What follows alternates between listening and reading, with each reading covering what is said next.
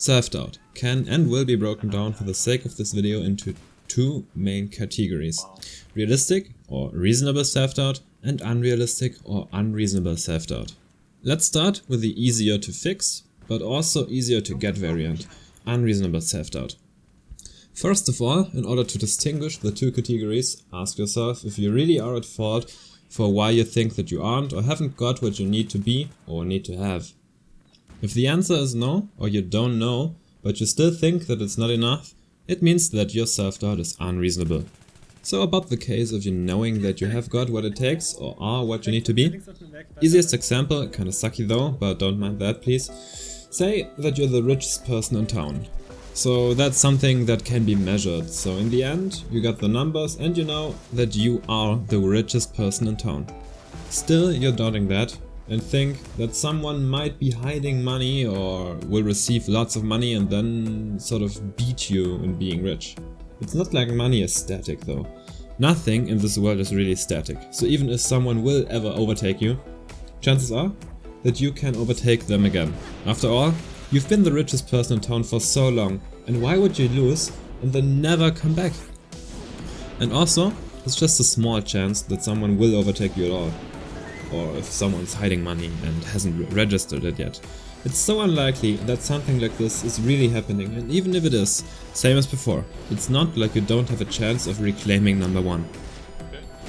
Now the case of you not knowing whether you're so to speak enough, or if you don't know if you're on top of something.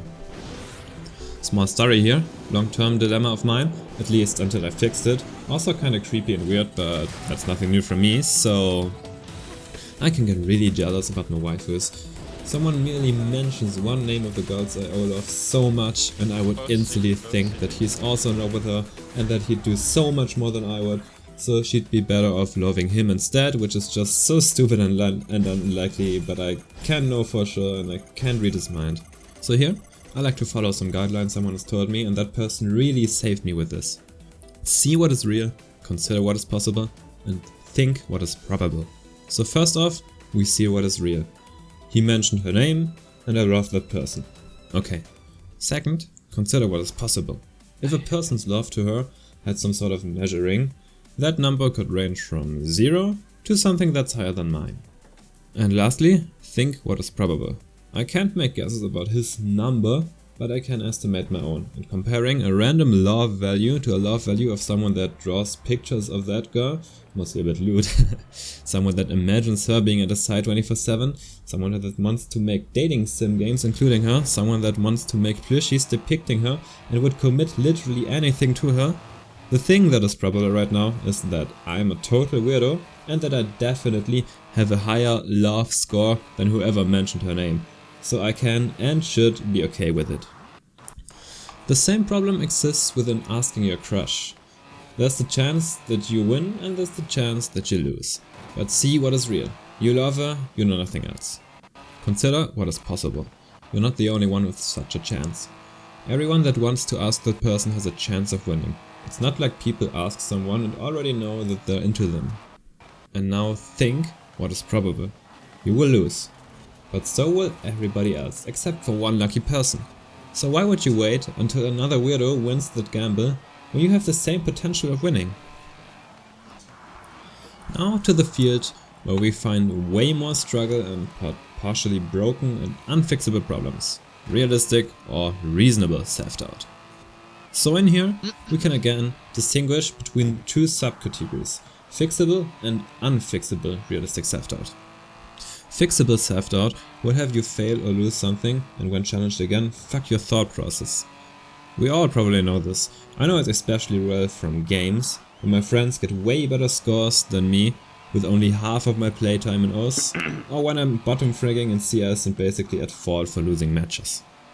This is good, because I like competing in CS and OS, and I don't want to lose, so it motivates me to try even more. As long as I get a better score, I don't have to care about where my friends are with a tenth of my playtime or even less, because I will always be on top of them. I don't have to care if I need to practice CS for 20,000 hours, as long as I'm not at fault for losing a match and not single digit fragging all the time. That sort of motivation of not wanting to lose is something very valuable. It gets even so far for me to say that you'd rather want to lose than to win if you're out to become one of the best. Sounds cool. So why did I say that we find way more struggle and broken problems? Because there's a shitty, unfixable self-doubt in here. We will find it in challenges that cannot be repeated. These one-time problems that you couldn't solve because you're maybe too stupid to organize something, or you're too stupid to listen to someone, or whatever. You don't get a second chance here, and you can't practice for these things in order to master them. You will come across similar obstacles in life, and that's where you can get really down when you fail at them again. I'm sure you have heard of that definition of insanity by now, about doing the same thing over and over and expecting different results. And that's exactly that. If you come across an equal challenge to something that you already failed last week, do your best to avoid it. Don't try it. Forget it. You can't do it. You will only feel bad after you failed again.